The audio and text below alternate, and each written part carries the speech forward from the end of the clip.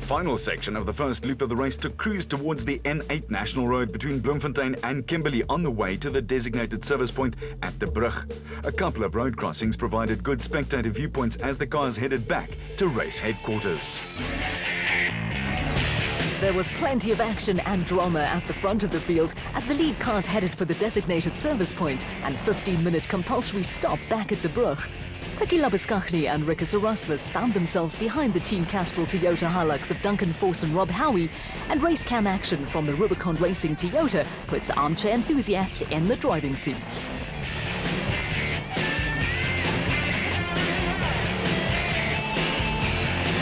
A little sign language from Rikus Erasmus signalled the end of the chase, with the Rubicon crew opting for discretion rather than heroics. But Duncan Foss and Rob Howie had problems of their own and were on the wrong route, and what ensued was a little like rush hour at Piccadilly Circus, with cars going every which way but the right way. An about turn brought Force and Howie face to face with Labuschagne and Erasmus, with the Castrol Toyota pair going around in circles. Then the Team Ford Ranger of Chris Visser and Japie Badenhorst suddenly appeared from nowhere, and Foss and Howie now played Follow My Leader.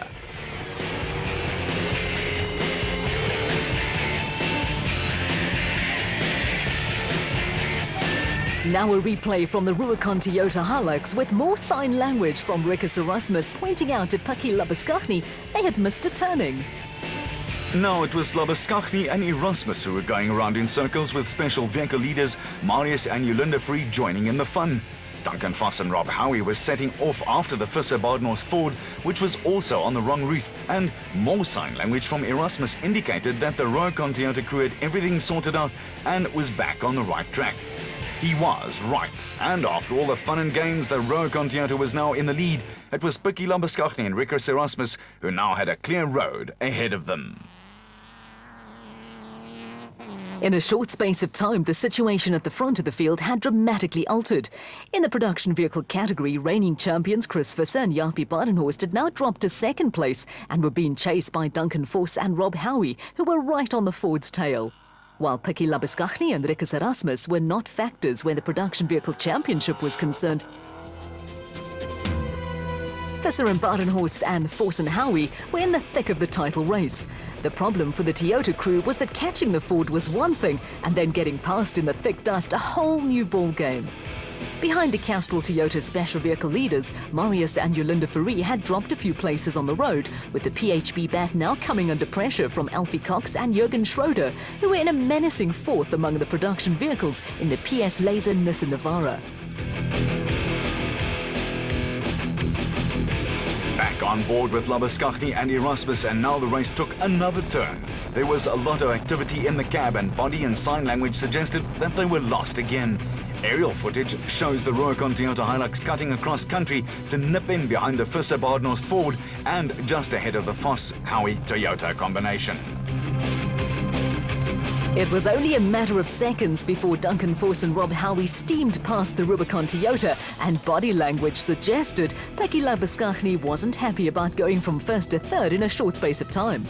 The twists in the story of a race that was constantly coming up with surprises were not yet over, and more aerial footage shows the Rubicon Toyota chasing the Castrol Toyota, which then pulls off the road.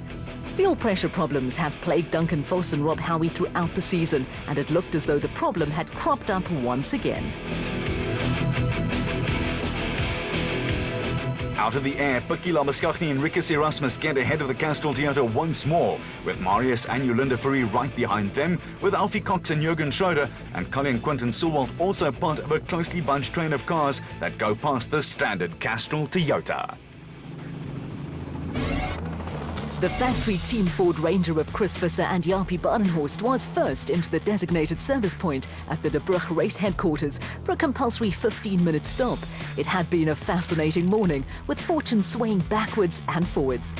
We got the lead about 100 k's in, or maybe 120 k's in, and it was difficult to find the route the last 50, 40 kilometers. So we made a mistake, and 3 guys passed us, and luckily we passed them again. They made a mistake as well. But yeah, going well, thanks. Baie interessant, lekker rof. Die merkers is so hier en daar 'n bietjie weg, maar dit gaan goed. Dit is nie maklik om voor te ry nie, 'n bietjie verdwaal in die begin. En stof is nou voor my, so nogal lekker. Dit gaan al right nou. We've been having a great race with the two Fords, dropping positions. And yeah, we've all been leading at some stage or another. Now 10 k's out to that fuel pressure problem, so we've got to try and solve that problem, or we're going to have a problem in the second round. Nah, I mean, we started in a very good position, 6th or 7th on the road. And yeah, we're in 3rd now. It's going very well. I mean, we got no pressure. We're just finding our way through. We passed a couple of guys, and you know, we're going to do the same on the second lap. We're up with the leaders now, so the dust is a big problem, but it's very difficult to pass. But all in all, it's a great race. We're going fine. Very interesting route, but it's well marked. We're having a good run. Just the faster guys are coming from behind, so it's a lot of dust and quite difficult. But we're keeping it together, and we'll hopefully do the same the second loop. Very hard, very hard. So a lot of dust, a lot of guy everywhere on the road, so it was very hard for us. The navigation in the last section is very, very difficult because there's a lot of, you're going over grass which you can't see anything on. A lot of end tills, very, very, very tricky, but thoroughly enjoyable. We're just trying to keep a steady, fast pace. Thomas is out, so we're trying to consolidate that advantage. But still, you just have to keep your wits about you because you're going quite relatively quickly because you're not being slowed down by anybody. But challenging route, real off-road race. The running order at the designated service point told its own story of a dramatic first loop on the Himan Auto 400, with more twists and turns coming up on the second and final lap. Designated spectator areas along the route proved to be popular and offered some superb vantage points for off-road enthusiasts, with balmy weather and top-class racing making for a pleasant day in agreeable surroundings. Out on the course, reigning champions Chris Visser and Jaapie Badenhorst in the factory Ford Ranger TDCI were now first on the road at the front of the production vehicle category. But it did not take long for the Himan Auto 400 to take yet another twist. At the designated service point, Pekkie Labuschagne and Rikus Erasmus were only 26 seconds behind the Ford, but the race was soon over for the Rubicon Toyota Hilux pair. Special vehicle leaders Marius and Yolinda Fourie now found themselves second on the road in the PHB batch. The Fouries were also leading Class P, but had a tenuous lead over Class A leaders Cully and Quinton Sulwald in the Elegant Fuel batch. At this stage of the proceedings, the Palaboa father and son crew were in a good position from which to close out back-to-back South African championships with one event remaining.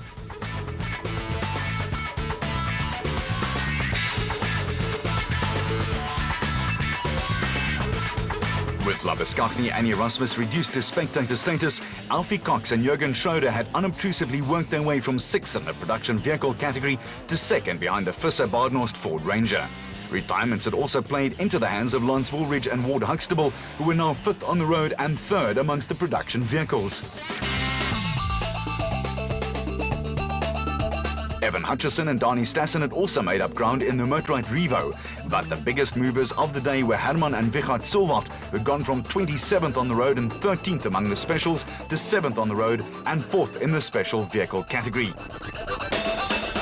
Behind them, Duncan Foss and Rob Howie were faced with mounting a rearguard action in the Team Castrol Toyota Hilux. Going into the race, Foss and Howie were joint second with Terence Marsh and George Smallberger in the Regent Racing Nissan Navara in the Production Vehicle Championship.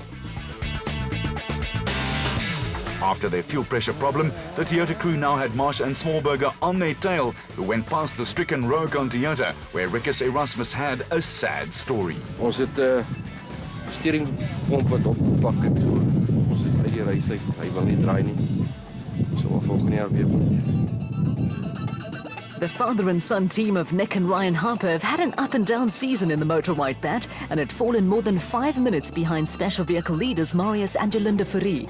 The Harpers were running around half a minute ahead of Brett Parker and VZ van Zyl, with the Cezanani Jimco under pressure from Johan van Staden and James Rousseau in the Atlas Copco bat. On the production vehicle front, Higo and Jaap de Bruin were just over 8 minutes behind the leaders, with the Micra and Excel Toyota pair also battling fuel starvation problems.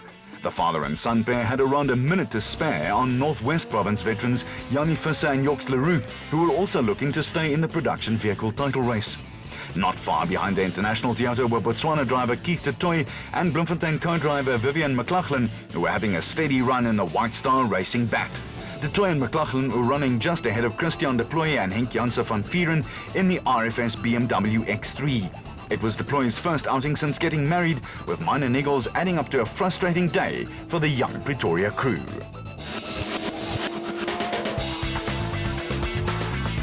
It was also a frustrating day for Atlas Copco Toyota crew Gary Berthold and Andre Vermeulen, who had to work their way through traffic after starting 40th on the road. They had made good progress and were now running ahead of Class D frontrunners Dion Venter and Ian Palmer in the 4x4 Megaworld Toyota Hilux.